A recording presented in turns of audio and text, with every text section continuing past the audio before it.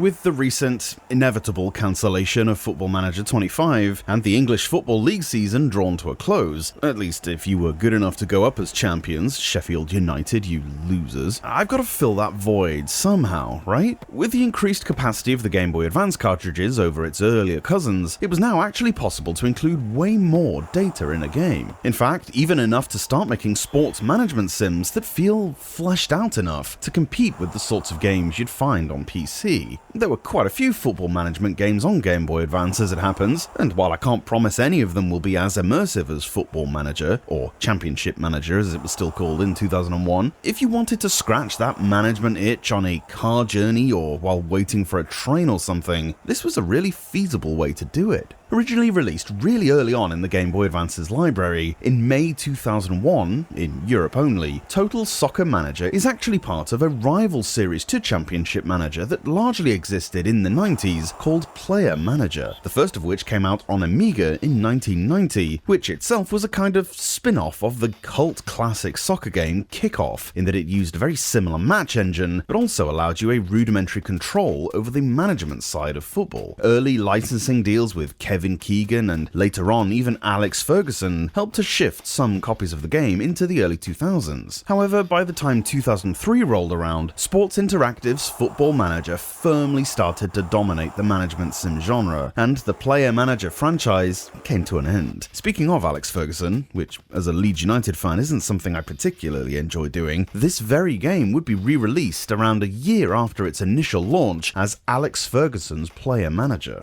It would also get some limited localizations in both France and Germany as Guy Roux Manager 2002 and DSF Fußball Manager 2002, although other than the rebranding, very little in-game stuff actually changed. There are two parts to this game, as it happens, as the gimmick of the Player Manager franchise was that it tried to bridge the gap between a sports game and a management game in that you can actually still play soccer if you like. This does help it to stand out above soccer games that already existed to this point on handheld consoles, because here you have a lot more control over your squad and your tactics and the running of the club, but you can also treat the game simply as a sports game if you like. On the inverse of that, if what you're after is a management sim, being able to actually control the team that you've picked does go some way to mitigating poor tactical choices, because you can simply set the CPU difficulty to low and theoretically stand a better chance of beating a team that you otherwise probably wouldn't if you let the game simulate themselves. Now, bear in mind the actual soccer part of the game is definitely not its strongest asset. However, you really can feel the ancestry of this part of the game come through, as despite the developers claiming there's a whole new match engine, the actual gameplay part of this feels so reminiscent of those late 80s kickoff games, something that you may or may not like. I happen to feel that by the early 2000s, when FIFA, Pro Evo, and International Superstar Soccer titles were really beginning to establish themselves as the standard a soccer game should portray, the actual football side of this game feels incredibly dated by this point. Goalkeeping AI is borderline idiotic, with very little control over who you pass to, and as you go out into the outfield, that situation doesn't improve all that much. You do have more buttons now than the Game Boy had, obviously, and so B is supposed to pass the ball, A is supposed to do like a long range pass or a shot if you're in the right position, and you can put the famous after swerve on your shots like you can in Kickoff. The L button performs a lob that isn't targeted towards a specific player but is directional. You can use this as a kind of through ball, supposedly.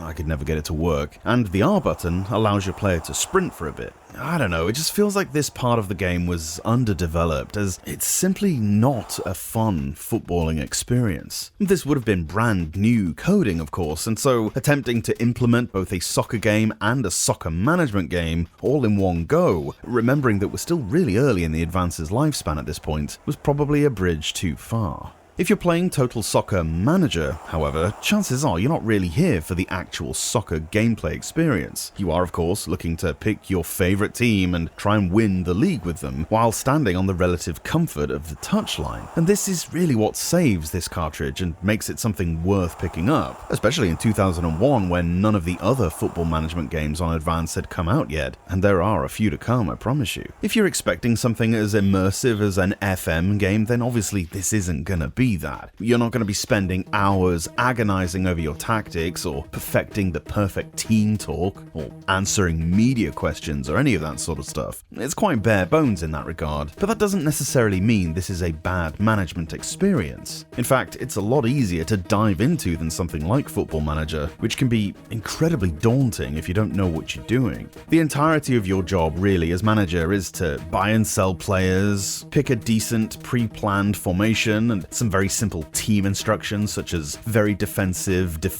attacking and so on, how hard your players tackle, things like that. Then you watch the games with a very rudimentary top-down pitch view and some basic commentary, making your substitutions and tactical tweaks during the game as you feel necessary. In terms of player transfers, you have a budget that the board will allow you to spend, and buying players is incredibly easy. Now, you can't just buy anybody or even put an offer in for anybody. Only players who've been put on the transfer list by their clubs are available to sign. There are no contract discussions really or anything of that nature. Simply put, if you have enough money to buy somebody, you can just buy them. Similarly, to sell a player is just as easy. You offer a player you don't want to the market, and a bunch of teams who might be interested in that player will attempt to buy them. You simply choose the one who offers you the most money, I guess, and press OK, and the deal is done. Simple as that. Training is simplistic as well in that you can train fitness, tactics, or general, and stats may go up or down depending on how successful it is. It's a pretty breezy season, and you can get through an entire league campaign, complete with cups and international competitions, in a few hours realistically. Like I say, expecting anything on the sports interactive level of detail is kinda naive and not realistic, let's be real.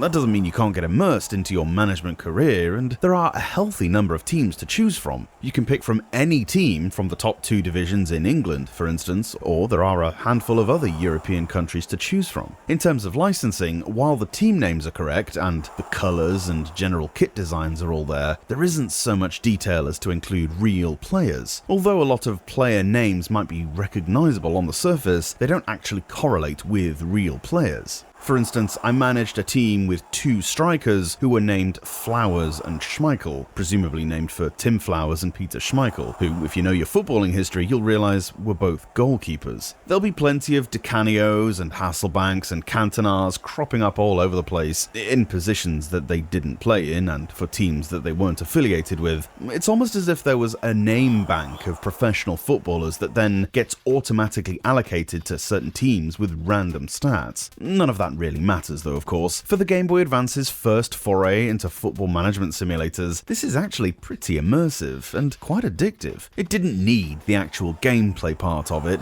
It's so hard to actually play that you'd probably actually be worse off than if you just simulated the games automatically. Nevertheless, I had a proper good crack at the Premier League with Leeds United on a Game Boy, which is really cool.